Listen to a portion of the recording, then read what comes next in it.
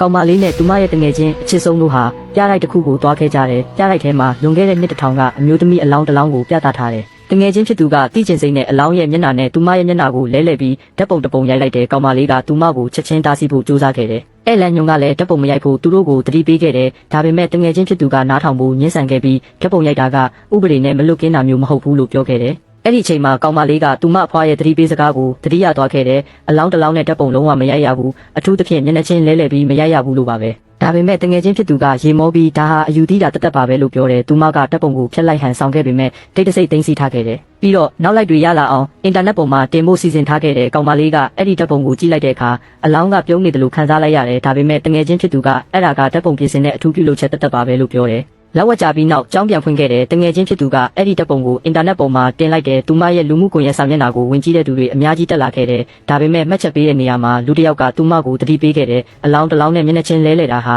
ဘေးဒုက္ခကိုယူဆောင်လာမဲ့တားမြစ်ချက်တစ်ခုဖြစ်တယ်လို့ပြောတယ်ကောင်မလေးကအဲ့ဒီတပ်ပုံကိုဖျက်ပစ်ဖို့သူမကိုအကြံပေးခဲ့တယ်ဒါပေမဲ့တငယ်ချင်းဖြစ်သူကနောက်လိုက်တွေရဖို့အတွက်ဆက်ထားဖို့ပဲအတင်းအကျပ်ပြောဆိုခဲ့တယ်ကောင်မလေးကအဲ့ဒီတတိပေးတဲ့သူစီကိုတီးတန့်စာဆောင်ပို့လိုက်တယ်အဲ့ဒီအုံပြုသူကပြန်ဖြေခဲ့တဲ့အကယ်၍တပ်ပုံကိုသာမဖျက်ဘူးဆိုရင်သူမရဲ့မျက်နှာဟာအလောင်းရဲ့မျက်နှာနဲ့တဖြည်းဖြည်းတူလာလိမ့်မယ်လို့ဆိုတယ်မကြခင်မှာပဲတငယ်ချင်းဖြစ်သူရဲ့လူမှုကွန်ရက်စာမျက်နှာဟာပိတ်ပင်ခံလိုက်ရတယ်ကောင်မလေးကသတင်းပို့တိုင်ကြားလိုက်တယ်လို့သူမကတန်တရားဝင်ခဲ့တယ်သူတို့နှစ်ယောက်အကြီးကျယ်စကားများရန်ဖြစ်ခဲ့ကြတယ်နောက်ပိုင်းမှာသူတို့နှစ်ယောက်စလုံးပန်းပွားကအဖွဲလေးဝင်ဖို့စီရင်ပေးခဲ့ကြပြီးပြင်းထန်တဲ့အစားအသောက်လျှော့ချမှုနဲ့လေ့ကျင့်မှုတွေကိုစတင်ခဲ့ကြတယ်ကောင်မလေးက2ပေါင်သာကျခဲ့ပေမဲ့တငယ်ချင်းဖြစ်သူကတော့ရက်အနှဲငယ်အတွင်းမှာပဲ10ပေါင်ကျသွားခဲ့တယ်သူမကအရန်ကုန်ယူနေခဲ့ပေမဲ့ကောင်မလေးကတော့တခုခုမှားယွင်းနေပြီလို့ခံစားခဲ့ရတယ်ဒီနေ့မှာကောင်မလေးကပြတိုက်ကဓာတ်ပုံကိုပြန်ကြည့်လိုက်တဲ့အခါသူမရဲ့တငယ်ချင်းမျက်နှာကနေရာတိကျမှာပဲအလောင်းရဲ့မျက်နှာပေါ်မှာအမဲရောင်မဲ့တစ်လုံးပေါ်လာတာကိုတွေ့လိုက်ရတယ်အင်တာနက်ပေါ်ကအဲ့ဒီသူကကောင်မလေးကိုပြောခဲ့တယ်သူမရဲ့တငယ်ချင်းဟာအလောင်းတစ်လောင်းဖြစ်စတင်ပြောင်းလဲနေပြီလို့ဆိုတယ်အဲ့ဒါကိုတားဆီးဖို့9ရက်တာအချိန်ကျန်ပါတော့တယ်အဲ့ဒီအချိန်မှာပန်းပွားအကအဖွဲ့ရဲ့ရလဒ်တွေကိုကြီးညာခဲ့တယ်တငယ်ချင်းဖြစ်သူကရွေးချယ်ခံရပေမဲ့ကောင်မလေးကတော့အရွေးမခံခဲ့ရပါဘူး